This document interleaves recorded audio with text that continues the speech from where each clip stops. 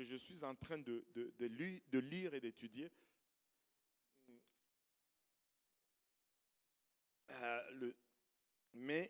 c'est basé sur le psaume 23. Nous connaissons tous le psaume 23, n'est-ce pas? Je pense que c'est un des psaumes le plus connu au monde. Et l'Éternel est mon berger, je ne manquerai de rien. Et très souvent, les parents vont enseigner ce psaume comme le tout premier psaume. Ils vont le faire mémoriser à leurs enfants parce qu'on y trouve, où on y ressent un peu une vertu de protection sur nos enfants. C'est rassurant, c'est réconfortant, mais il y a beaucoup de leçons à apprendre de ce psaume. La dernière fois, nous avons juste regardé la toute première partie du premier verset, l'Éternel est mon berger, et nous avons parlé sur l'intimité avec le berger, comment rester dans la présence du berger et comment nous sommes appelés à entrer dans la présence du berger. Et des fois, il y a des choses qui nous empêchent d'entrer dans cette présence, mais nous devons passer outre et entrer dans la présence du berger parce que dans la présence du berger, il y a beaucoup de choses qui se réparent en nous. Et aujourd'hui, nous allons continuer avec la deuxième partie. Mais si on pouvait juste d'abord lire le psaume 23 tous ensemble, si on pouvait juste le lire avant de rentrer dans l'étude. Waouh, c'est bon de voir ce respect de la parole de Dieu. Psaume 23, cantique de David. On les lit ensemble, hein, à haute voix. L'Éternel est mon berger, je ne manquerai de rien. Il me fait reposer dans de verts pâturages. Il me dirige près des eaux paisibles. Il restaure mon âme. Il me conduit dans le sentier de la justice à cause de son nom. Quand je marche dans la vallée de l'ombre de la mort, je ne crains aucun mal, car tu es avec moi. Ta houlette et ton bâton me rassurent. Tu dresses devant moi une table en face de mes adversaires. Tu induis ma tête et ma coupe déborde. Oui, le bonheur et la grâce m'accompagneront tous les jours de ma vie et j'habiterai dans la maison de l'Éternel jusqu'à la fin de mes jours. Alléluia. Et de ces versets, de ces passages, nous allons tirer leçons. Nous allons tirer au fond 13 leçons au total. Et nous avions regardé l'intimité avec le berger lorsque nous avons considéré juste la première partie de ce premier verset. L'Éternel est mon berger. Et nous avons regardé un peu le rapport entre un berger et ses brebis. Et là, aujourd'hui, nous allons regarder la deuxième partie de ce verset. Je ne manquerai de rien. Alléluia. Regarde à ton voisin, dis-lui, je ne manquerai de rien. Alléluia. Maintenant, attendez un peu. Ce voisin-là qui vous a dit, je ne manquerai de rien. Regardez un peu. Est-ce que vous avez vu de l'assurance dans son regard? Ou bien il a juste répété, bon, je ne manquerai de rien. C'est ça. Bon, maintenant, regarde cette personne-là à qui tu as dit, dis-le avec assurance, comme si tu crois que tu ne manqueras de rien. Dis-lui, je ne manquerai de rien. Avec conviction. Amen. Alléluia. Alléluia. Je ne veux rien manquer. Je ne veux rien manquer. Et vous pouvez vous asseoir. Maintenant,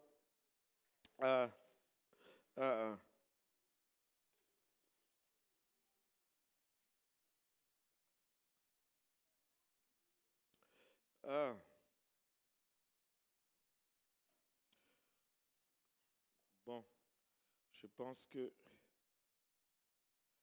j'ai encore la première leçon. Je dois avoir, je ne sais pas où est passée la deuxième leçon. Et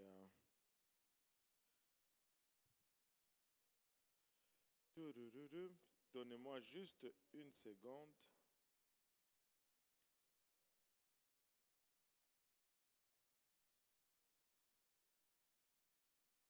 Ah là là, je ne me suis pas envoyé la première leçon. Je ne me suis pas envoyé la première leçon. Je me suis envoyé la deuxième leçon.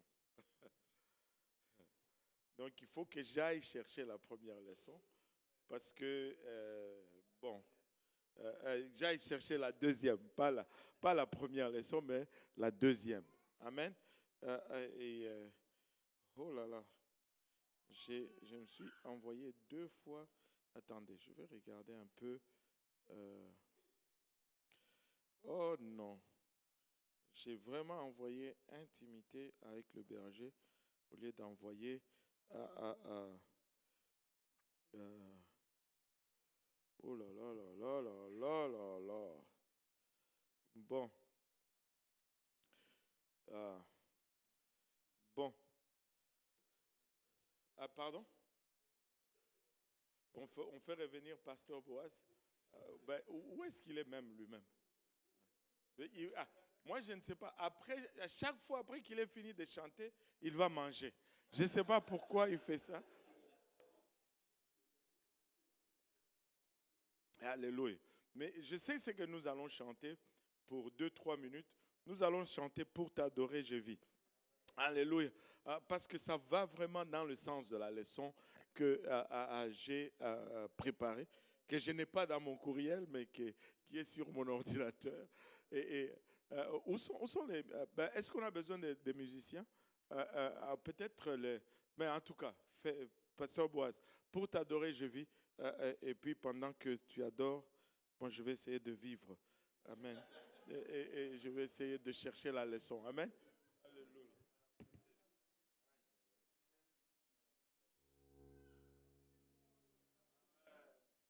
Alléluia. Merci Seigneur. Alléluia. Merci Jésus pour le privilège de t'adorer. Amen.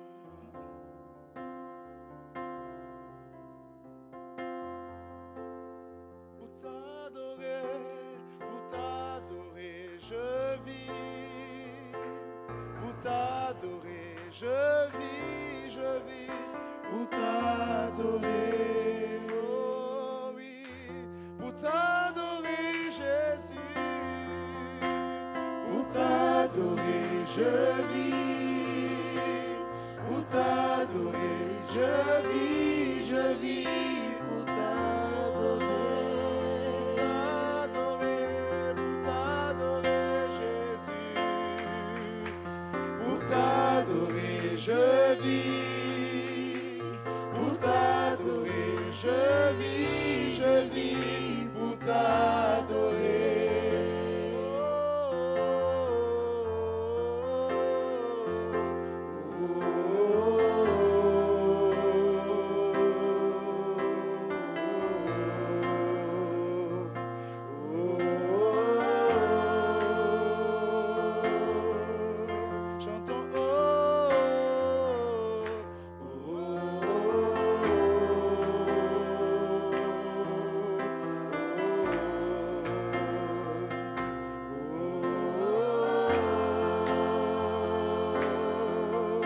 Est-ce qu'on peut prendre le temps de lui dire, Seigneur, parce que tu m'as créé pour t'adorer. Je vis pour t'adorer, Seigneur. Si je vis, c'est pour t'adorer, Éternel. Que ma vie soit un parfum agréable pour t'adorer. Que dans chaque situation, dans chaque saison de ma vie, je puisse t'adorer. Simplement élever ton nom et te faire confiance, Éternel. Je veux t'adorer en tout temps, Jésus. Je vis pour t'adorer.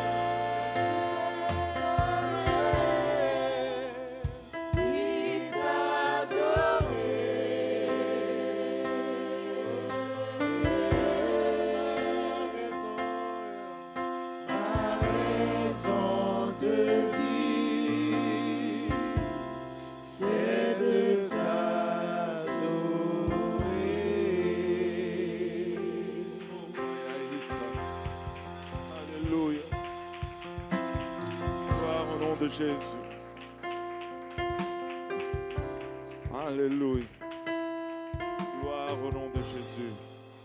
Et vous pouvez donc vous asseoir. Et aujourd'hui, nous allons voir la deuxième partie que j'ai pu récupérer. Et cette partie plutôt est intitulée « Le contentement avec le berger ».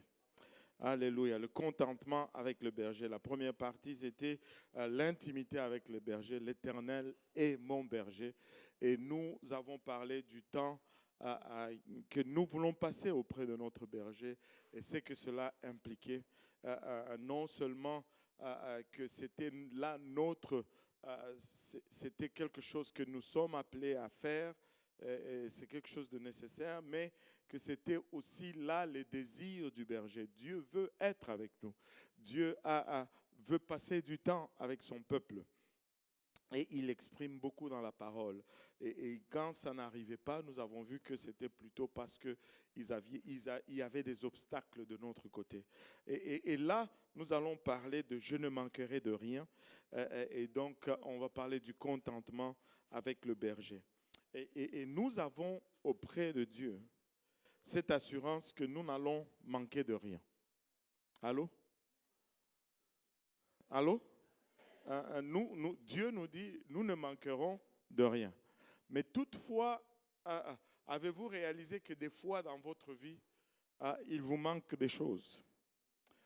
Par exemple, on aurait aimé avoir plus d'argent qu'on en a.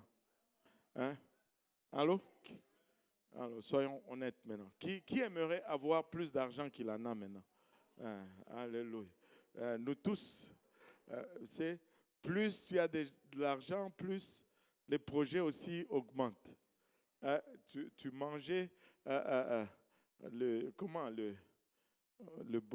Bologne, mais maintenant, quand l'argent augmente, tu veux manger du salami de gêne ou bien du homard.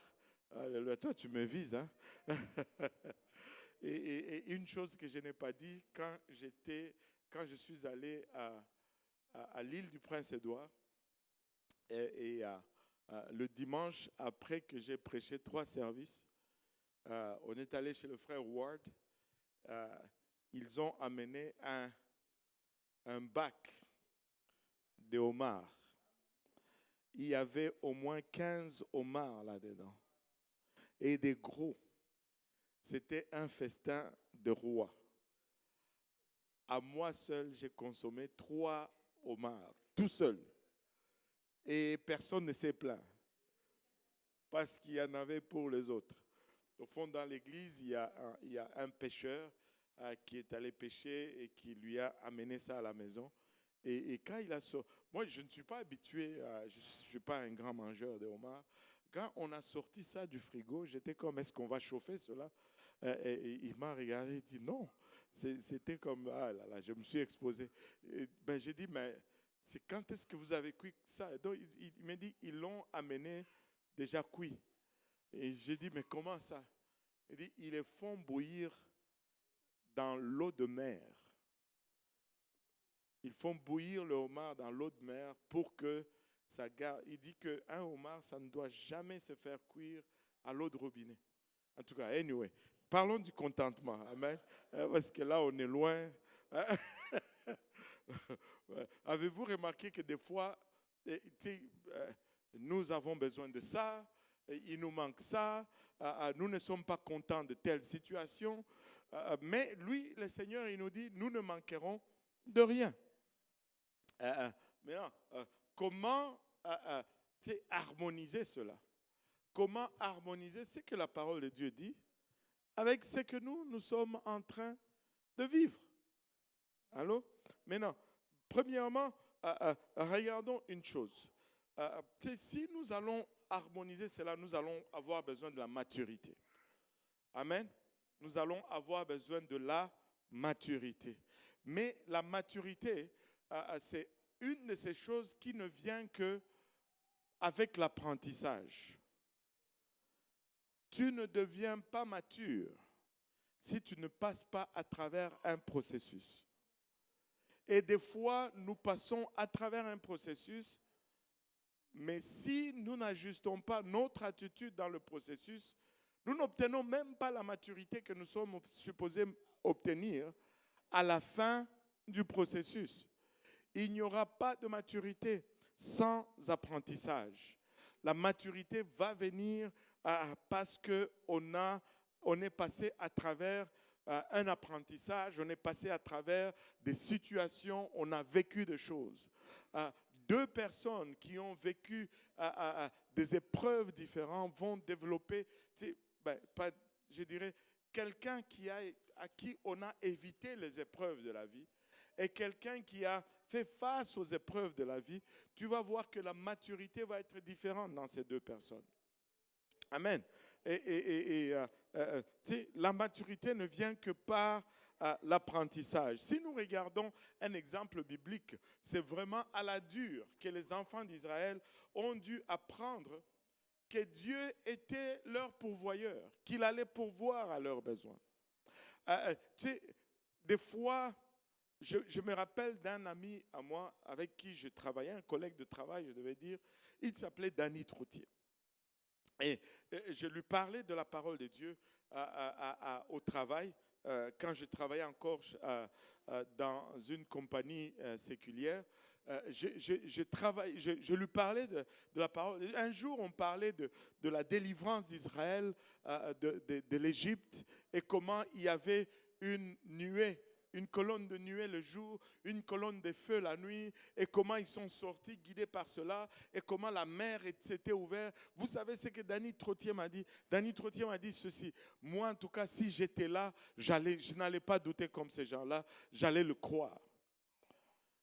Moi, je me suis tourné vers Danny Trottier, j'ai dit, mais qu'est-ce qui t'empêche de croire maintenant, parce que tu sais que ces choses sont arrivées?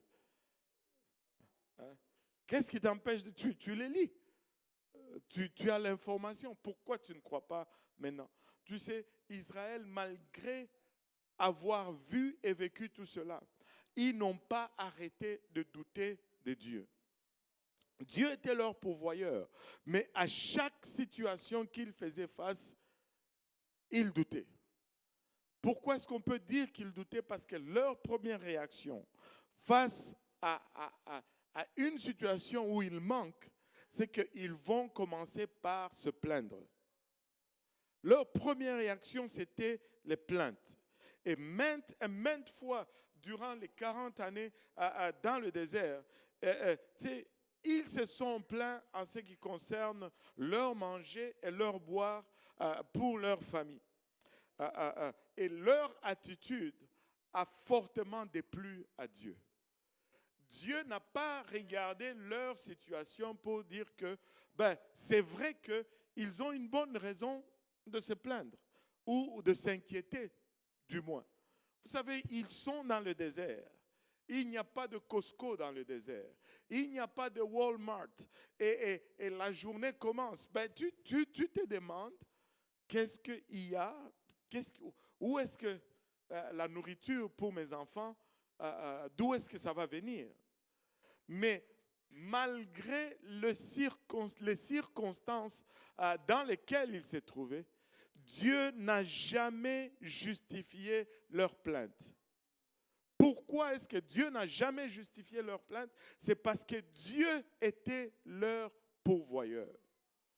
Amen. L'Éternel est mon berger, je ne manquerai de rien.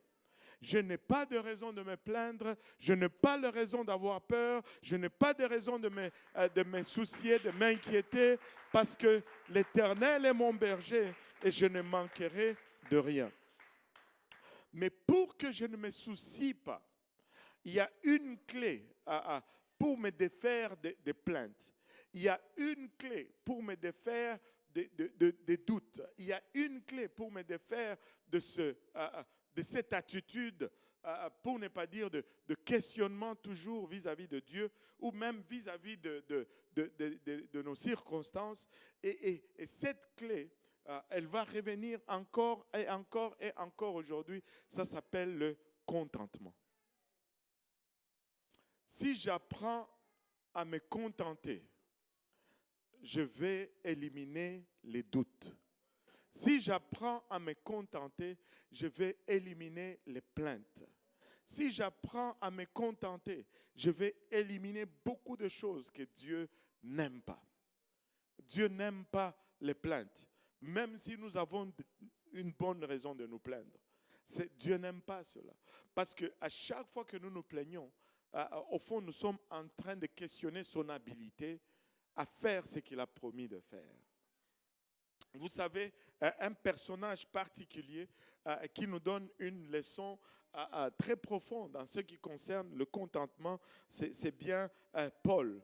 Regardez dans Philippiens 4, 11 à 13, il dit « Ce n'est pas en vue de mes besoins que je dis cela, car j'ai appris à être content de l'état où je me trouve. » Paul nous dit « J'ai appris à être content avec ce que j'ai, où je me trouve. » Il dit, je sais vivre dans l'humiliation et je sais vivre dans l'abondance. En tout et partout, j'ai appris à être rassasié et à avoir faim, à être dans l'abondance et à être dans la disette. Je puis tout par celui qui me fortifie. Vous savez, pour longtemps, et c'est vrai, je ne dispute pas cela. C'est que quand Paul dit ici, je puis tout par celui qui me fortifie, c'est que toute situation qui va venir face à moi, je suis capable de l'affronter. Mais dans le contexte dans lequel il a parlé, il est en train de dire, je peux vivre sans rien et je peux vivre avec tout.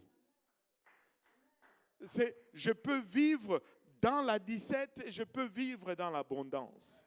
Et c'est ce que Paul est en train de dire, c'est ce que Paul est en train de signifier. Il est en train de dire tout haut que ce n'est pas les circonstances qui vont dicter mon attitude. Alléluia, c'est en qui j'ai mis ma confiance qui va dicter mon attitude. Alléluia, et ma façon de me tenir. Et il dit, je puis tout par celui qui me fortifie. Il dit, j'ai appris à vivre dans l'abondance, j'ai appris à vivre également dans la pauvreté. Je sais vivre dans l'humiliation et je sais vivre dans l'abondance. En tout et partout, j'ai appris à être rassasié et à avoir faim. Waouh! Et tu sais, si on dit cela de Paul, on peut dire, ok, bon, il était bien, Dieu l'a suivi partout, il avait des miracles et toutes ces choses. Regardez, Paul, sa vie n'a pas toujours été rose. Pas du tout, loin de là. Oui, c'est un grand apôtre, mais sa vie n'a pas été rose, selon l'expression. Si on considère la vie de Paul, il a été rejeté.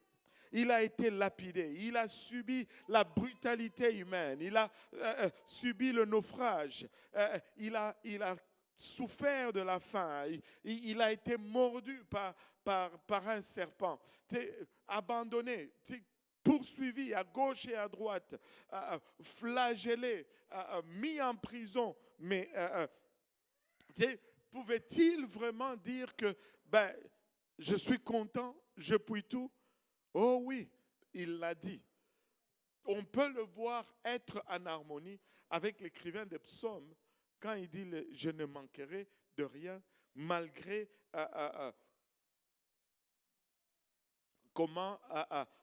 malgré les circonstances de sa vie. » Mais qu'est-ce qui a amené Paul, malgré sa vie tumultueuse, à déclarer que je me contente de ce que j'ai? C'est que Paul avait une proximité avec le berger. Et il était proche du berger. Et parce qu'il était proche du berger, la fidélité du berger n'était pas quelque chose de questionnable pour lui.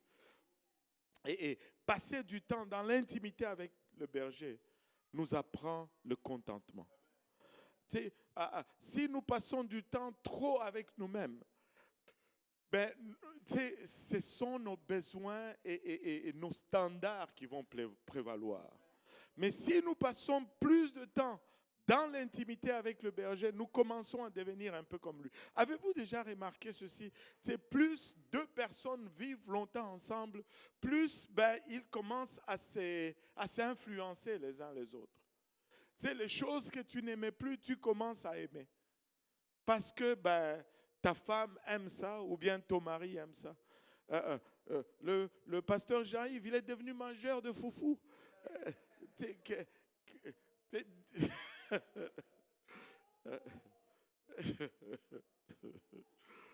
Alléluia. Amen. Gloire à Dieu. À vivre avec quelqu'un, tu es influencé par la personne. Tu passes plus de temps avec quelqu'un. Tu prends les habitudes de quelqu'un. Tu prends les références de quelqu'un. Tu commences même à parler comme la personne. Mais si nous passons plus de temps dans la présence du berger, nous sommes influencés par le berger. Nous commençons à penser un peu comme lui. Nous commençons à regarder comme lui. Nous commençons à aimer les choses qu'il aime. Nous devons passer du temps dans la présence du berger si nous voulons développer le contentement. Enfin, lui-même, il nous fait cette promesse. Lui-même, il nous fait cette promesse. Regardez, Matthieu 11, verset 28, il dit, « Venez à moi, vous tous qui êtes fatigués et chargés, et je vous donnerai du repos. » Si tu es chargé, va vers le Seigneur. Si tu es fatigué, va vers le Seigneur. Il prendra soin de toi. Il prendra soin de toi. Amen. Et c'est dans sa présence que nous sommes appelés à grandir. C'est dans sa présence que nous sommes appelés à croître. Et quand nous passons du temps dans sa présence, nous grandissons non seulement dans notre maturité, mais nous grandissons également dans notre ressemblance avec lui. Nous grandissons dans la grâce, nous grandissons dans la patience, nous grandissons dans le contentement également. 2 Pierre 3, verset 18. 2 Pierre 3, verset 18 nous dit « Mais croissez dans la grâce et dans la connaissance de notre Seigneur et Sauveur Jésus-Christ. À lui soit la gloire maintenant et pour l'éternité. Amen. » Nous sommes appelés à grandir dans le Seigneur. Alléluia. Nous sommes appelés à grandir dans le Seigneur. Avez-vous remarqué un bébé? Quand le bébé naît, on donne toujours ce conseil aux parents. Ne prenez pas trop les bébés dans vos bras. Sifa.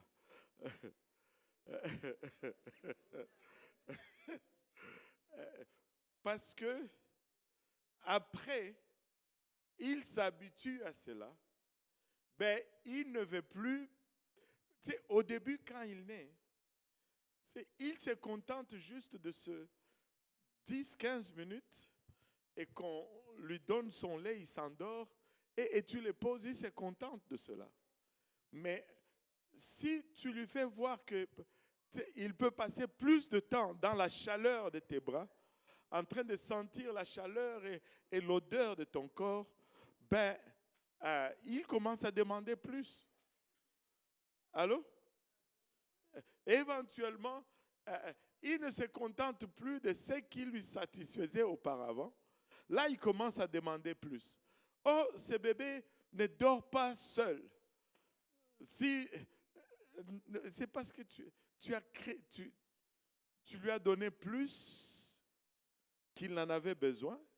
Et là, il demande. Parce qu'il a appris à ne plus être content avec ce que tu lui donnais auparavant. Amen. Et donc, tu as augmenté la disponibilité, il augmente aussi la demande. Pourquoi se contenter de peu s'il y a plus? Ça, c'est la nature humaine. J'ai lu une histoire qui parlait d'un berger qui avait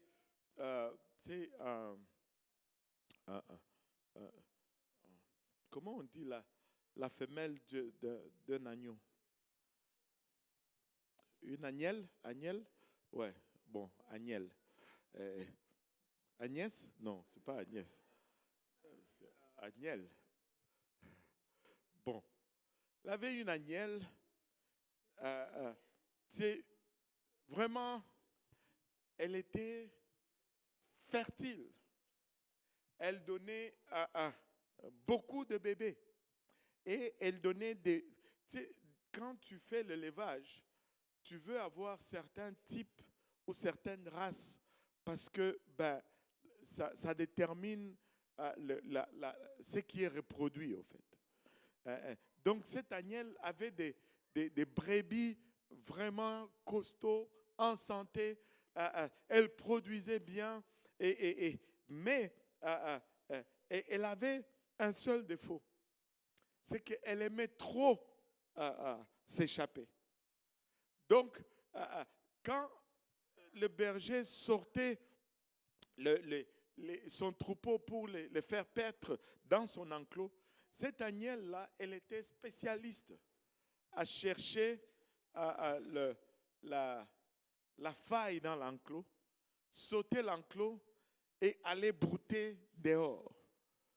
Probablement pour elle, elle voyait toujours l'herbe à l'extérieur comme étant plus verte que l'herbe qu'il y avait dans son enclos. Tu sais, des fois, nous avons toujours tendance à penser que chez les voisins, c'est meilleur que chez nous. En tout cas. Anyway, c'est comment qu'ils disent cela? La pelouse du voisin est plus verte, mais sa facture d'eau est aussi plus élevée, est aussi plus salée. Amen. Elle n'est pas verte comme ça pour rien. Il y a un prix là-dedans. Mais non, elle faisait toujours cela. Et le berger était toutefois, à chaque fois plutôt, je voulais dire, le soir, pris après avoir ramené les autres brebis. Ah non, elle manque encore. Et là, il allait enfermer les autres. Il allait partir à la recherche de cette Agnelle. Pourquoi? Parce qu'elle était bonne. Elle produisait. Et il allait la chercher. Il allait la remettre dans l'enclos. Il allait faire le tour et trouver la brèche par où elle est passée. Et il allait réparer cette brèche. Mais demain, après-demain, cette Agnelle trouvait une autre brèche. Elle s'échappait encore. Et il allait la chercher. Il allait essayer de réparer cette brèche. Vous savez, elle n'était jamais contente du pâturage dans son enclos. Apparemment, des fois même, les vaches, là, ils vont être dans l'enclos, mais ils vont toujours essayer de brouter même en dessous du fil barbelé, là, pour brouter l'herbe qui est juste de l'autre côté. Alors qu'ils ont tout un champ en arrière d'eux. Et c'est parce qu'on ne se contente pas de ce qu'on a. On ne se contente pas de ce qu'on a. Maintenant, qu'est-ce que ce berger a remarqué? Que cette Agnelle, quand elle a ses enfants, au début, ses enfants ont tendance à rester auprès du berger parce que ces brebis sentent la sécurité auprès du berger. Mais plus ces brebis grandissent, plus elles observent leur maman, plus elles commencent à mimiquer aussi les habitudes de leur maman. Et bientôt, elles commencent aussi à s'échapper. Et même si cette brebis cette Agnelle plutôt, était productrice, elle était de bonne qualité, de la bonne race, elle avait de bons bébés, le berger était finalement obligé à l'amener à l'abattoir. Chose qu'il ne voulait pas, mais s'il veut préserver l'intégrité de son troupeau, il doit faire de gigot d'agneau avec l'agnelle. Pour préserver les autres brebis. 4, 5, 6, 7 fois, il est allé la ramener et réparer la brèche. Mais après, il n'avait plus d'autre choix que de l'amener à la boucherie, parce que ça commençait à contaminer les autres brebis. Et cela arrive aussi spirituellement. Quand la Bible nous parle de « nous sommes les brebis », la Bible ne fait jamais de comparaison juste au hasard comme ça. Quand la Bible fait des comparaisons, c'est dans notre intérêt de faire une étude afin de relever des choses et des leçons pour nous éviter à tomber dans les mêmes erreurs ou les mêmes problèmes. Tu sais, quand un nouveau-né spirituel naît dans l'Église, au début, waouh, c'est la révélation. Vous savez, il y a la paix auprès du berger. Et cette nouvelle brebis ne va pas s'éloigner. Elle va être là, auprès du berger. Et plus le temps passe, elle se contente d'abord de ce que le berger lui donne. Mais alors qu'elle est là, et si elle observe d'autres brebis qu'elle considère plus matures qu'elle, errer et exprimer le mécontentement, vous savez quoi? Cette attitude de mécontentement, si elle ne fait pas attention, va la contaminer aussi. Parce qu'elle regarde ce qu'elle considère comme étant plus sage, plus mature, qui se plaint, qui n'ont pas le contentement, elle va commencer à se plaindre aussi. Et si elle nourrit cet esprit de mécontentement, ça va grandir. Et des fois, vous allez voir une nouvelle personne qui est venue au Seigneur, mais qui saisit cet esprit de mécontentement, mais qui n'arrive pas à survivre, alors que ceux qui sont là depuis longtemps, ils restent, mais celle qui était nouvelle devient une victime. Elle part parce qu'elle n'a même pas de maturité. Alors, l'esprit de mécontentement va contaminer, va se répandre. Et si nous sommes sages, lorsque nous sentons le mécontentement, nous devons commencer à travailler sur nous-mêmes. Tu ne vas jamais résoudre le mécontentement en vilipendant ou en essayant de corriger les autres à l'extérieur. Ça ne va jamais arriver. Jamais, jamais, jamais arriver. Parce que le mécontentement naît à l'intérieur. Ça ne naît pas à l'extérieur. Allô? C'est pourquoi on appelle cela mécontentement. Parce que tu vas choisir ou soit de te contenter ou de ne pas être content. C'est un choix, en fait. Et c'est un choix.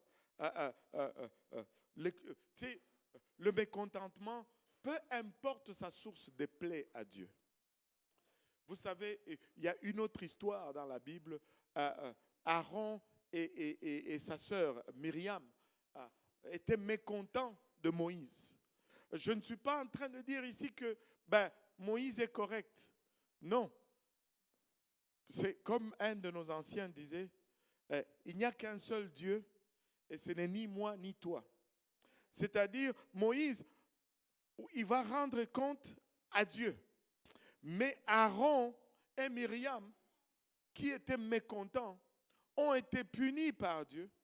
Malgré, si nous regardons humainement, on pourrait justifier leur plainte. On pourrait dire même, qu'est-ce que Moïse avait à voir à aller prendre une femme étrangère? Allô? Vous connaissez l'histoire? Mais vous faites comme si vous ne connaissez pas l'histoire, là. Alléluia. Quand c'est comme ça, c'est parce que ça rentre. On est en train d'absorber. Alléluia. On va quelque part. C'est bon alors. C'est bon signe. Amen. Alléluia. Et tu sais, Dieu n'a pas regardé pourquoi Aaron et Myriam étaient mécontents. Dieu était tout simplement pas content de leur mécontentement. Si je peux utiliser une phrase comme ça. Dieu était mécontent de leur mécontentement. Les circonstances ne vont jamais nous justifier. Jamais nous justifier. Et en tant que chrétiens matures, nous devons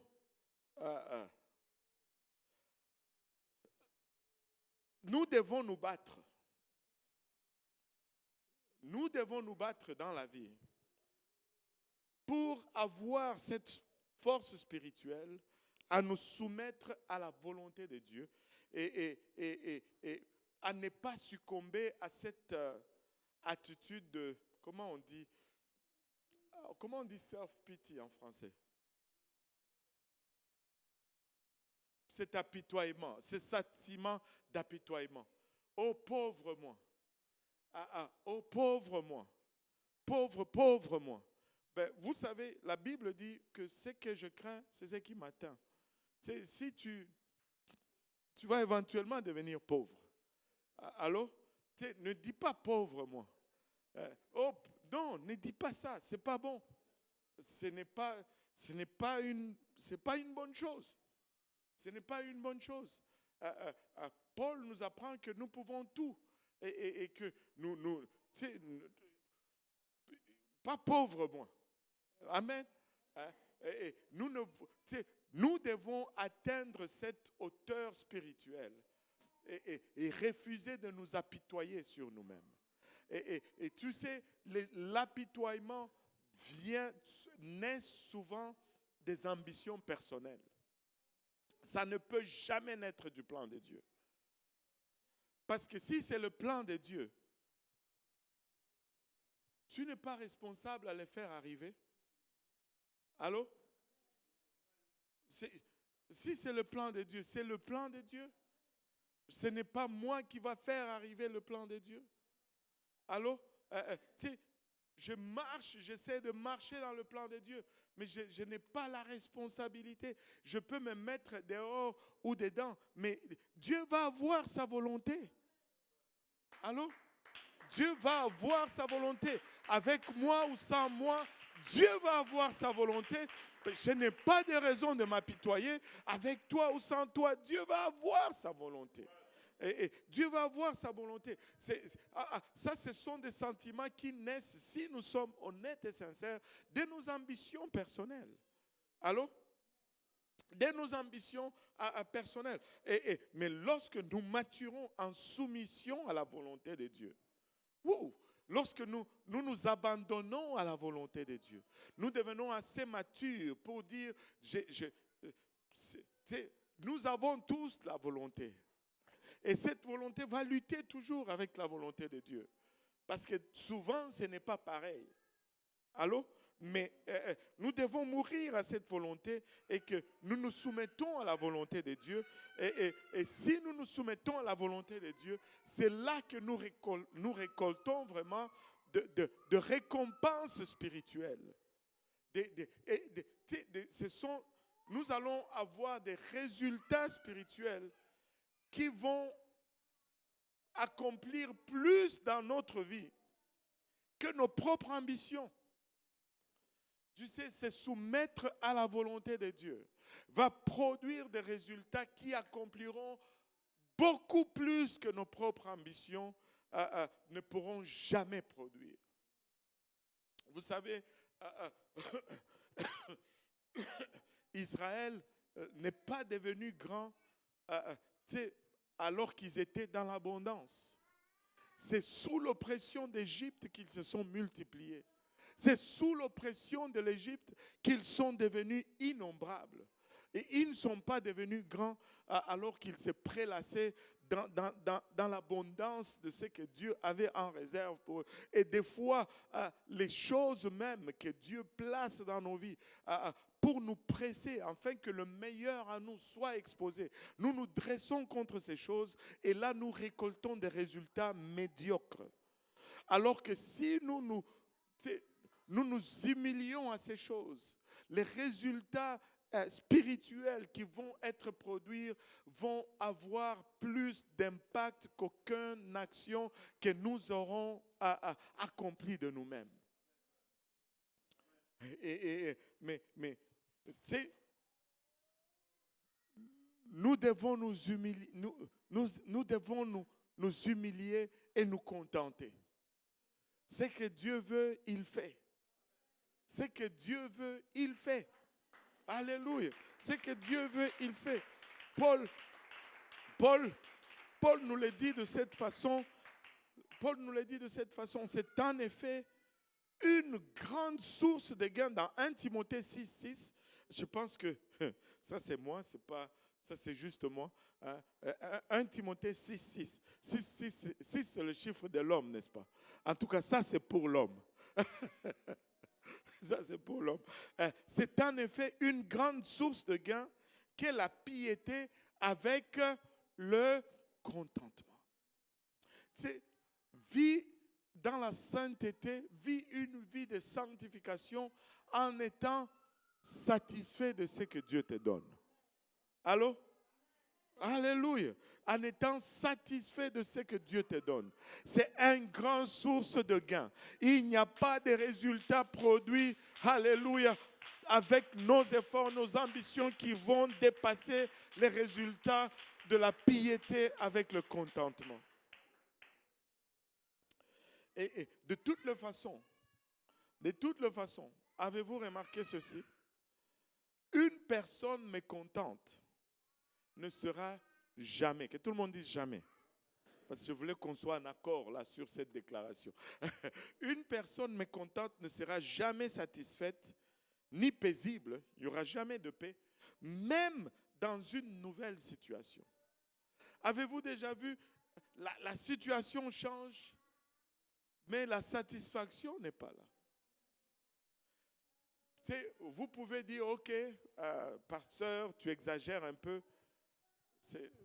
Nous sommes là entre nous un peu. Nous avons tous quitté nos pays natals parce que nous n'étions pas contents. Il n'y avait pas de contentement. Alléluia. Mais nous arrivons ici, la situation est changée. Est-ce qu'on est satisfait? Maman Tilmé, il y a des problèmes ici aussi, n'est-ce pas?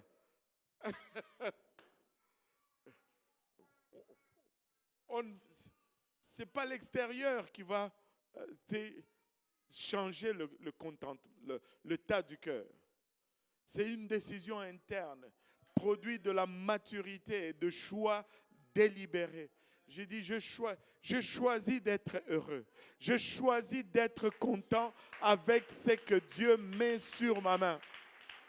Et c'est un choix, c'est une décision.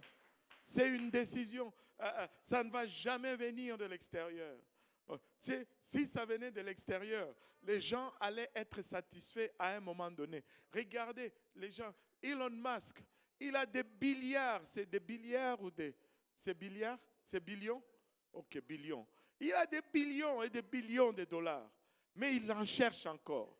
Il veut encore. Il pourrait se dire, ok, j'arrête de vendre les voitures parce que il ne peut même pas manger tout cela dans une vie. Imaginez-vous, 400 billions, c'est ça? 400 billions. Ça, des billions, c'est 1000 milliards, c'est ça? Billions, c'est milliards. Ok, là, vous me compliquez. Là. Donc, 1 milliard, c'est 1000 millions, c'est ça? Donc, non pas 1 million, non pas 2 millions, mais 1000 millions. 1000 millions. Mais non pas seulement 1000 millions, mais 400 fois 1000 millions.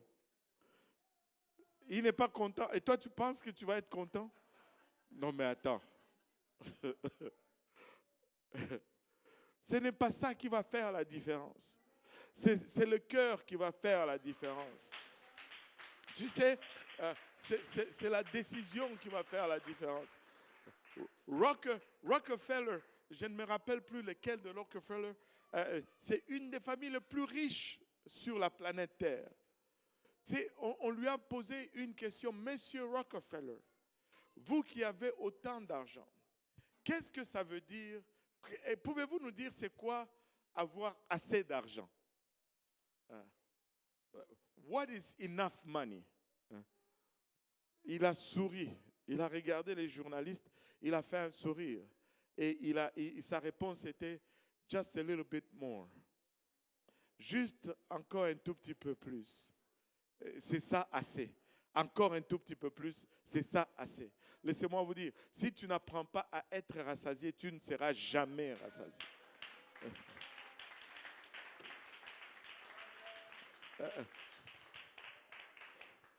L'Éternel est mon berger, je ne manquerai de rien. Je ne manquerai de rien. Je dois me satisfaire de la présence du Seigneur. Vous savez, Abraham, c'est la dernière fois, on a parlé de cela, je pense qu'il y a 2 dimanches dans le service, quand on a parlé sur Abraham. Abraham,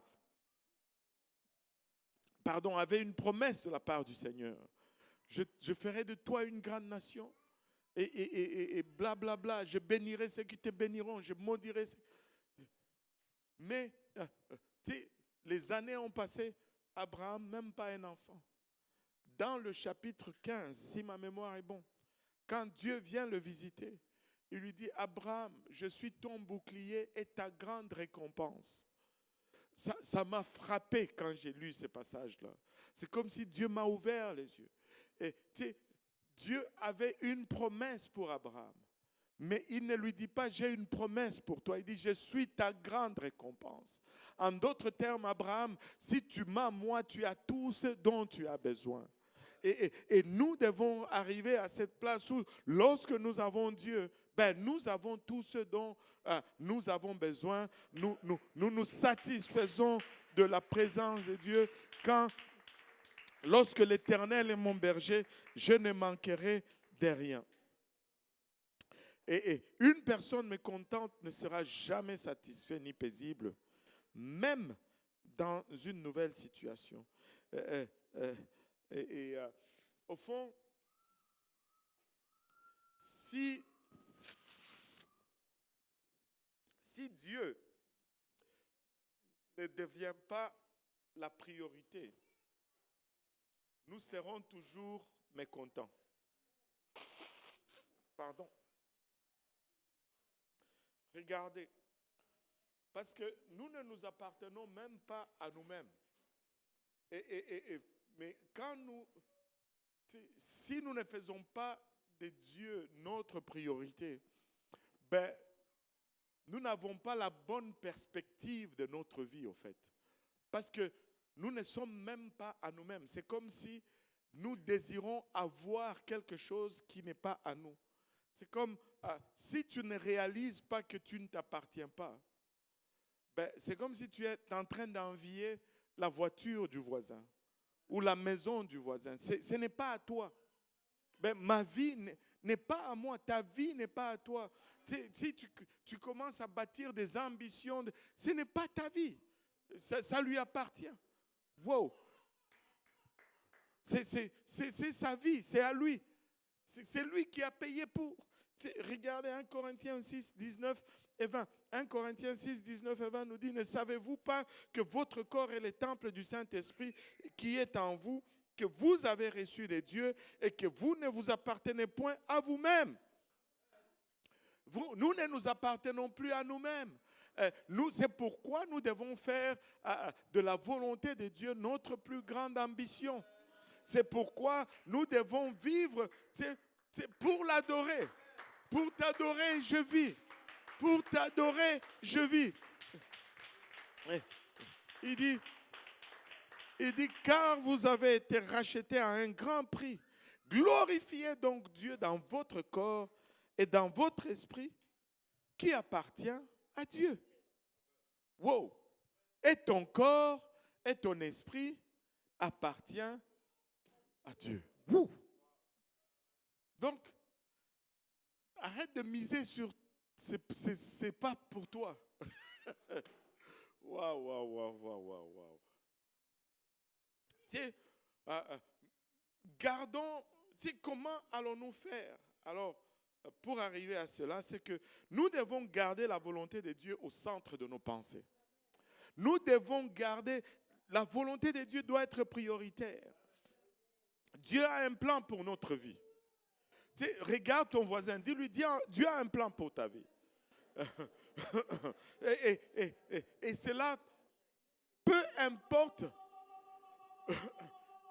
et cela peu importe les circonstances de ta vie, Dieu a un plan pour ta vie.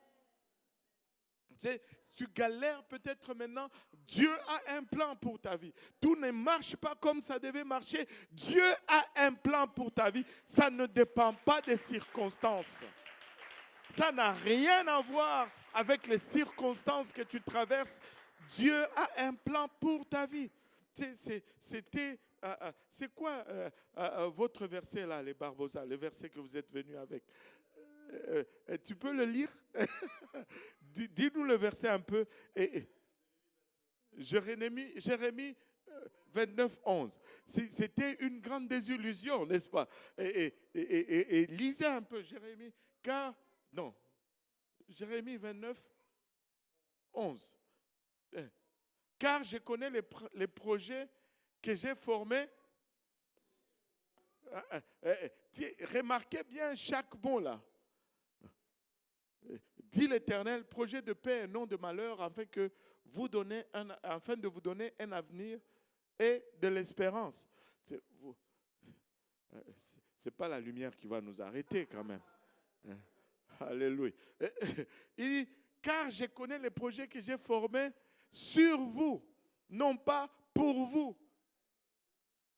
Eux, ils venaient, Dieu nous a donné une parole. Il a des projets de prospérité pour nous. Non, c'est sur vous. Qui est-ce qu'il va prospérer? On ne sait pas, mais c'est sur vous que ça va se jouer. Des fois, projet de paix, de malheur, et non de malheur, afin de vous donner un avenir et de l'espérance. Vous avez l'avenir et l'espérance là-dedans. Et notre espérance, c'est que quand ça va sonner là, nous allons dans une destination. Alléluia. Mais il a des projets sur nous. C'est le projet pour son royaume. Alléluia. Pour son royaume. Gardons la volonté de Dieu au centre de nos pensées. Et il a un plan pour nos vies. Et peu importe les circonstances de notre vie, ou qu'est-ce qui nous arrive, ou qu'est-ce que nous traversons, Dieu a un plan pour ta vie. Dieu a un plan pour ta vie. Alléluia. Mais c'est notre responsabilité en tant qu'enfant de Dieu, peu importe ce qui nous arrive, peu importe les circonstances, de garder Dieu au centre de nos pensées. Et si nous gardons Dieu au centre de nos pensées, nous allons vivre avec contentement. Nous allons vivre avec contentement. Tu sais, il y a ces versets que nous lisons, mais des fois, l'application de versets nous échappe. Regardez un peu Proverbe 3. Donne-moi un peu Proverbe 3. Donne-moi à partir du verset 1, je pense. Verset 4, verset 1. Qu'est-ce que ça dit? Mon fils, n'oublie pas mes enseignements et que ton cœur garde mes préceptes. Car ils prolongeront les jours et les années de ta vie et ils augmenteront ta paix. Que la bonté et la fidélité ne t'abandonnent pas. Lis-le à ton cou, écris-le sur la table de ton cœur. Et tu acquerras ainsi de la grâce et une raison saine aux yeux de Dieu et des hommes. Regardez le verset 5. Confie-toi à l'Éternel de tout ton cœur et ne t'appuie pas sur ta sagesse. Et regarde le verset 6. Voilà, le verset 6. Reconnais-les dans toutes tes voies et il aplanira tes sentiers. Il dit, qu'est-ce que ça veut dire reconnaître Dieu dans toutes ses voies? Ça veut dire tout simplement faire de Dieu le centre de mes pensées. Dans tout ce que je fais ou j'entreprends, la première question que je dois me demander, c'est quelle est l'opinion de Dieu là-dedans? Qu'est-ce que Dieu veut? Qu'est-ce que Dieu attend de moi?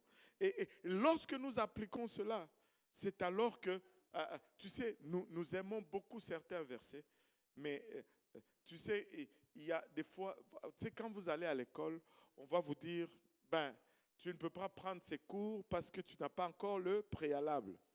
Hein?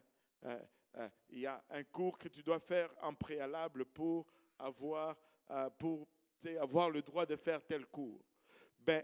Tu sais, il y a des versets préalables dans nos vies si nous voulons atteindre certains versets.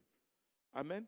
Et ces versets, lorsque reconnais-les dans toutes tes voies et il aplanira tes sentiers, c'est un préalable à Romains 8, 28.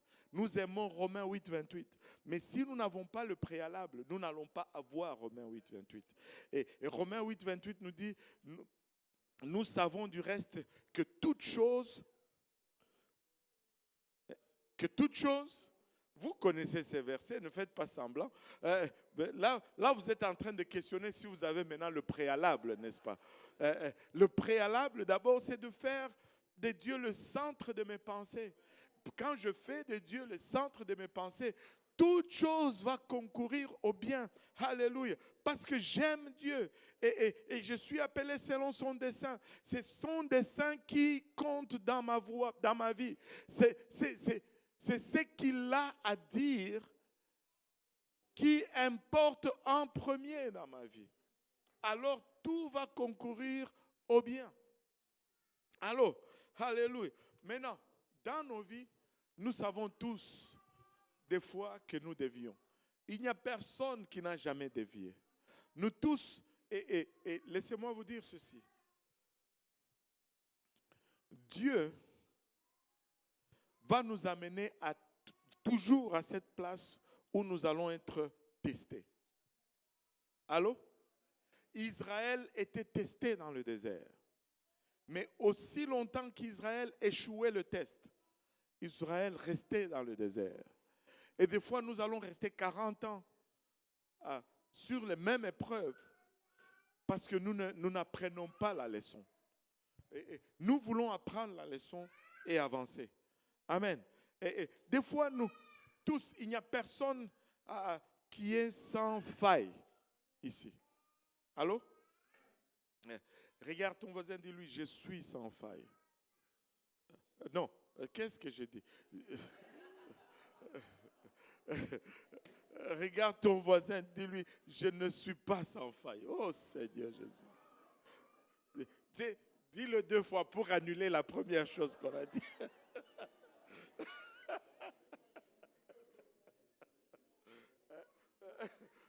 On doit annuler cette première. Si on le dit une fois chaque, ça s'annule. Alors on ajoute un, juste pour être sûr qu'on est du bon côté. Amen. Alléluia. Oh, quelle journée. On oublie les leçons. On dit des... Aïe, aïe. Seigneur Jésus, aide-nous. Bon, maintenant, regardez ceci. Nous avons tous failli Dieu. Nous nous sommes déjà tous plaints.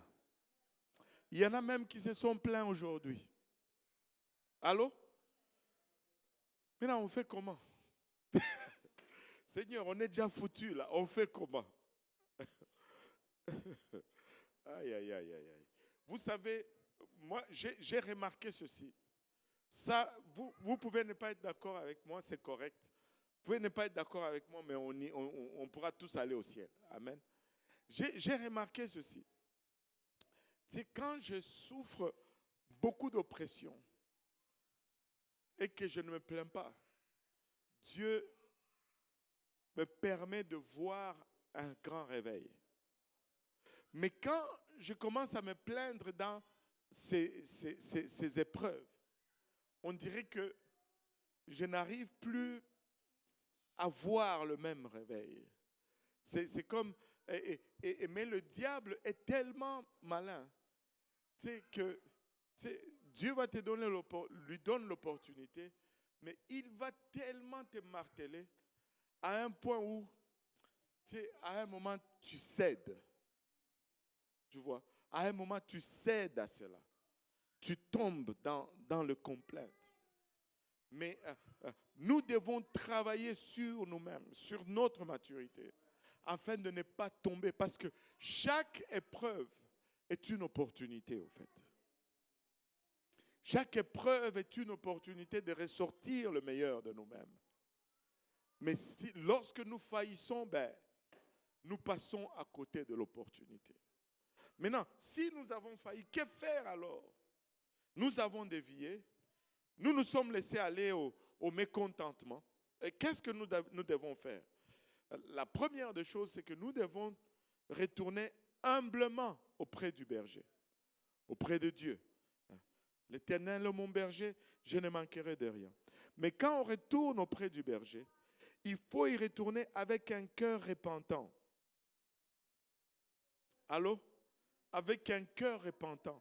Non pas un cœur de complainte. Allô? Un cœur repentant.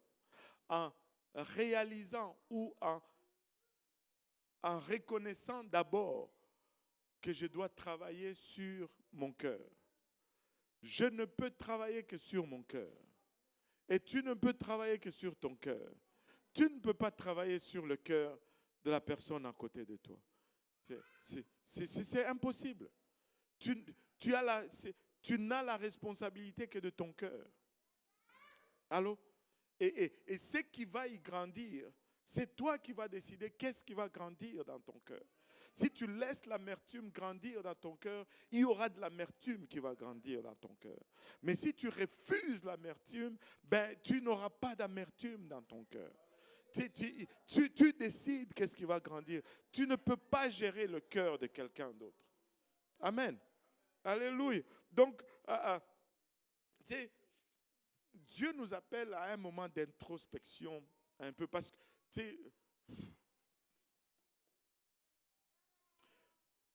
je ne peux travailler que sur mon cœur. Allô? Et tu ne peux travailler que sur ton cœur. Dieu ne nous doit rien. Si nous étions condamnés, si Dieu nous rejetait, peu importe les efforts que nous faisons, il serait quand même juste dans sa sentence, mes amis. Il serait quand même juste dans sa sentence. C'est pourquoi, des fois nous disons, nous sommes sauvés par la grâce de Dieu, mais notre attitude crie tout haut le contraire. C'est comme si cela nous est dû. Donc tu dois me pardonner. Personne ne doit te pardonner. Tu ne peux exiger cela de personne. Mais nous devons aller vers Dieu avec un cœur humble.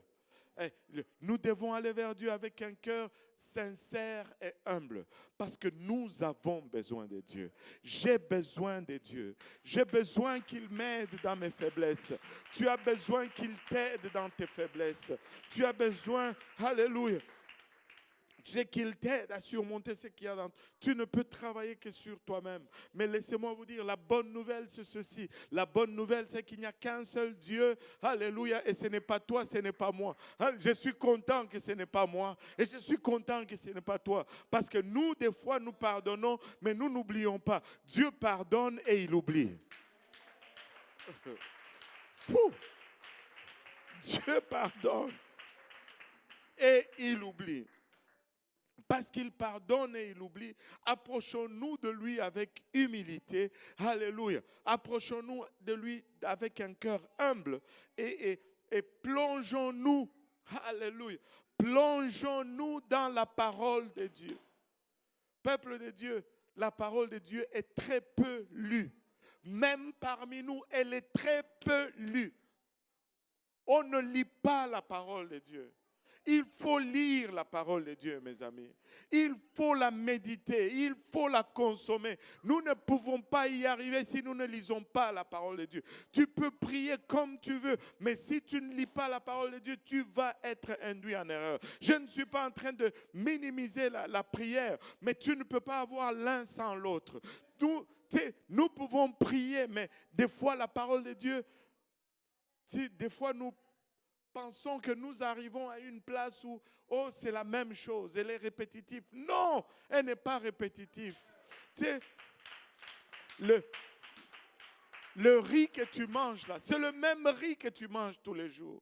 Certains d'entre nous ici avons mangé le riz avant-hier, avons mangé le riz hier, nous avons mangé le riz aujourd'hui, nous allons manger encore le riz demain et après-demain. Mais ce riz nous nourrit tous les jours. C'est le même riz, c'est le même goût. Alléluia. Mais ça nous nourrit quand même. La parole de Dieu, c'est la même chose. Mange-la encore aujourd'hui. Tu vas trouver de la nutrition là-dedans. Mange-la demain. C'est la même chose, la même parole. Mange-la encore. Mange-la encore. Et comme je l'ai souligné là, le mercredi passé, tu sais, tu ne prends pas de vitamines et tu sens ton corps gonfler. Non, non. Tu ne prends pas, si tu ne manges pas et puis tu sens le vitamine, oh j'ai mangé des brocolis, je sens des brocolis qui vont dans mes muscles réagissent. Non, tu ne ressens rien. Tu manges seulement, tu ne ressens rien. Mais cela ne veut pas dire que ce que tu as mangé ne produit pas d'effet sur ton corps. Tu peux la lire, tu ne ressens rien, mais ça a un effet sur toi. Tu peux la lire, alléluia, et la relire encore. Tu ne ressens, tu n'as pas besoin de ressentir pour que ça t'affecte. Lis-la tous les jours, la parole de Dieu, tous les jours. Peuple de Dieu, si nous ne lisons pas la parole de Dieu, nous allons être séduits dans notre spiritualité. Nous allons être séduits. Nous allons être séduits.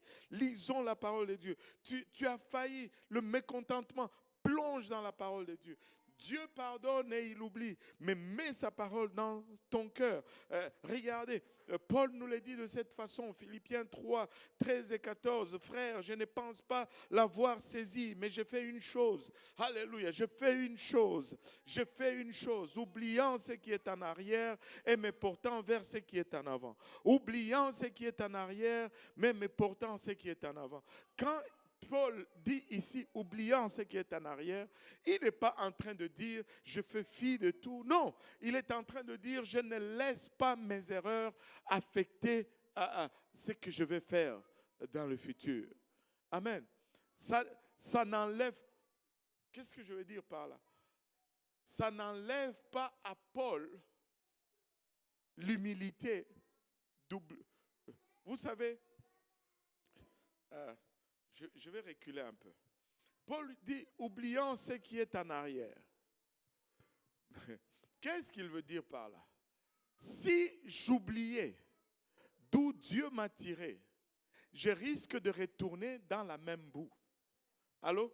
Alors, quand Paul dit ici, oubliant ce qui est en arrière, il n'est pas en train de dire, bon, tout ce que j'ai fait comme faute, ce n'est pas grave. Non. Si tu penses cela, il n'y a pas d'humilité. Tu ne peux pas t'approcher avec un cœur humble de cette façon-là. Qu'est-ce que Paul est en train de dire? C'est que oui, j'ai failli, mais je vais me relever d'où je suis tombé. Je ne veux pas laisser cela déterminer le futur. Je veux apprendre de mes erreurs et me relever et avancer. Je ne veux pas rester assis. Je ne veux pas rester mes circonstances déterminer ce que je vais devenir. Je vais laisser plutôt la parole de Dieu. Il dit, je cours vers le but pour remporter le prix de la vocation céleste de Dieu en Jésus-Christ. Alléluia. Tu te dois, c'est une obligation personnelle. Tu te dois de former ta pensée afin qu'elle soit en accord avec le berger. Tu sais, ma pensée doit être en accord avec le berger. Ma pensée doit être harmonisée avec la voix du berger. Ma pensée doit être harmonisée avec l'objectif du berger. Ma pensée doit être harmonisée avec ses victoires. Parce que des fois, nous ne nous harmonisons pas avec son style de vie. Si ma pensée est harmonisée avec le berger, je vais éliminer les soucis. Je vais éliminer les soucis. C'est pourquoi lorsque nous avons des préoccupations, ça, je ne sais pas si, bon, je vais utiliser ce mot, ça dérange Dieu. Dieu n'aime pas, parce que c'est comme si nous doutons de sa capacité de pourvoir. Est-ce que je mène maintenant une vie d'insouciance? Oh que non.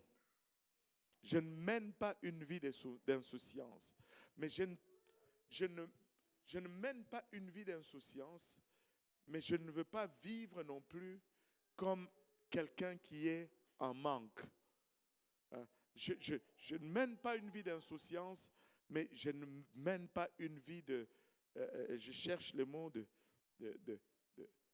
avec une mentalité, je ne sais pas, pauvreté, ce n'est même pas le mot, mais cette incertitude. Je ne veux pas vivre dans l'incertitude. Je veux avoir confiance dans mon Créateur. L'Éternel est mon berger. Je ne manquerai de rien. Mon avenir est sécure entre ses mains. J'ai confié ma vie dans ses mains. Alléluia. Je peux rester rassuré. Et je marche avec assurance dans ce qu'il ouvre devant moi, alignant mes pensées avec sa parole, alignant mes pensées avec sa voix, alignant mes pensées avec son objectif, alignant mes pensées avec ses aspirations, alignant mes pensées avec ses victoires. Si Jésus l'a fait, il a vaincu la mort, il va aussi vaincre la mort dans ma vie. Je m'aligne avec la victoire. Si il a guéri les malades dans le passé, il va aussi guérir les malades, la maladie dans mon corps. Je m'aligne avec sa victoire. Mes pensées doivent être alignées avec le berger. Et cela va éliminer les soucis. Cela va éliminer les plaintes. Et cela va éliminer les mécontentements. Et ça va produire le contentement. Regardez ce psaume. On va finir juste avec ce passage. Psaume 118. Nous le lisons, mais des fois, nous manquons un peu dans l'application. Psaume 118, versets 23 et 24. Psaume 118, versets 23 et 24. Wow. C'est de l'Éternel que cela est venu. C'est un prodige à nos yeux. Tout vient de l'Éternel. Alléluia. Regardez maintenant. C'est ici la journée que l'Éternel a faite. Alléluia. C'est ici la journée que l'Éternel a faite. Chaque jour, Dieu a fait ce jour. Qu'elle soit pour nous un sujet d'allégresse et de joie. Regardez le choix de mots ici. Je ne sais pas, je n'ai pas l'étymologie du mot allégresse. Mais regardez, la joie ne vient jamais de l'extérieur. La joie vient toujours de l'intérieur. La joie n'est pas dépendante des circonstances. Il y a une grande différence entre le bonheur et la joie. Les gens recherchent le bonheur dans la vie aujourd'hui. Oh, lui, il est heureux. Oh, elle est heureuse dans son mariage. Oui, c'est rattaché à l'heure. Heure, eux. Quand l'heure passe, eux aussi sont finis. Mais la joie vient de Dieu. Il n'y a pas d'heure pour la joie. C'est Dieu qui est la source de la joie. C'est Dieu qui est la source de la joie. Il dit, le royaume des cieux, ce n'est ni le manger, ni le boire, mais c'est la joie, la justice et la paix dans le Saint-Esprit. Alléluia. C'est de Dieu que ça vient. C'est de Dieu que ça vient. C'est de Dieu que ça vient. C'est ici le jour que l'Éternel a fait. Que ce soit pour nous un sujet d'allégresse et de joie. Disciplinons-nous à nous contenter. C'est une discipline à développer. Je veux être content. Il pleut, je veux être content. Il neige, je veux être content. Je suivais le frère, comment il s'appelle encore, Joel Urshan. Il racontait une histoire qu'ils avaient vécue. Et j'ai fini. Et c'est comme s'il racontait la même histoire que des fois je raconte pour donner cet exemple. Il dit qu'ils étaient partis dans une sortie avec sa famille et il a commencé à pleuvoir. Il dit qu'ils auraient pu commencer à se plaindre, être tristes. Oh, on avait planifié une bonne journée, mais tout est gâté maintenant. Il dit non, on s'est décidé qu'on va avoir la joie. Ils ont commencé à courir sous la pluie. Ils ont commencé à jouer. Et un jour, on avait fait un voyage. Je ne sais pas si Johan était trop jeune pour s'en rappeler. Tu t'en rappelles? Quand on était mouillés à New York, on était allé au zoo. Il ne s'en rappelle même pas. Oh Seigneur Jésus. Tous ces efforts, il ne s'en rappelle même pas. Sifa s'en rappelle au moins. Elle était en âge. Tu sais, on n'était pas riches, on était paumés. Là. On galérait. On avait encore la vanne grise, là, l'ancienne vanne grise. On a économisé un peu d'argent. On a dit, on va aller à New York. On avait même calculé les jours où l'entrée aux zoo de Bronx, c'était gratuit. Allô? Et quand tu as 4 enfants et que l'entrée, c'est $30 par personne, là, tu commences à chercher les jours gratuits ou les jours où c'est 2 pour 1, n'est-ce pas? Et ça, c'est $30 US pour aller regarder les singes. Non, attends. Et on est allé là-bas, c'était le jour où c'était gratuit. On est rentré au zoo, on a stationné, on était content, on a commencé à voir, on a vu le lion, les okapis, et soudainement, la pluie, et une pluie torrentielle comme pas possible. On a essayé de se cacher quelque part, mais il n'y avait rien à faire. On s'est dit, on retourne seulement à la voiture, on retourne à la maison. Et là, on marchait sous la pluie, tu pouvais voir tous les enfants qui étaient découragés. Et là, quelque chose est venu à moi. J'ai commencé à leur raconter comment, quand la pluie tombait chez nous au Congo, alléluia, c'était le moment d'aller jouer dehors. On avait, torse nu, avec une petite culotte, pieds nus, tu courais dans les flaques d'eau et toute l'atmosphère a changé. On a commencé à courir dans les flaques d'eau. On sautait dans les flaques d'eau. On riait. C'était la joie. On est entré dans la voiture. On a mis les chauffages à fond. On chantait. Et je pense que on a sorti nos chandails. Alléluia. Et on a pris du plaisir. On s'est décidé d'être content dans notre situation. Il y avait des nuages, il pleuvait, le ciel était gris, tout était gâché. Mais nous, on a décidé d'être contents dans la vie. Il faut décider. L'Éternel est mon berger, je ne manquerai de rien. Alléluia, je ne manquerai de rien. Nous devons apprendre le contentement.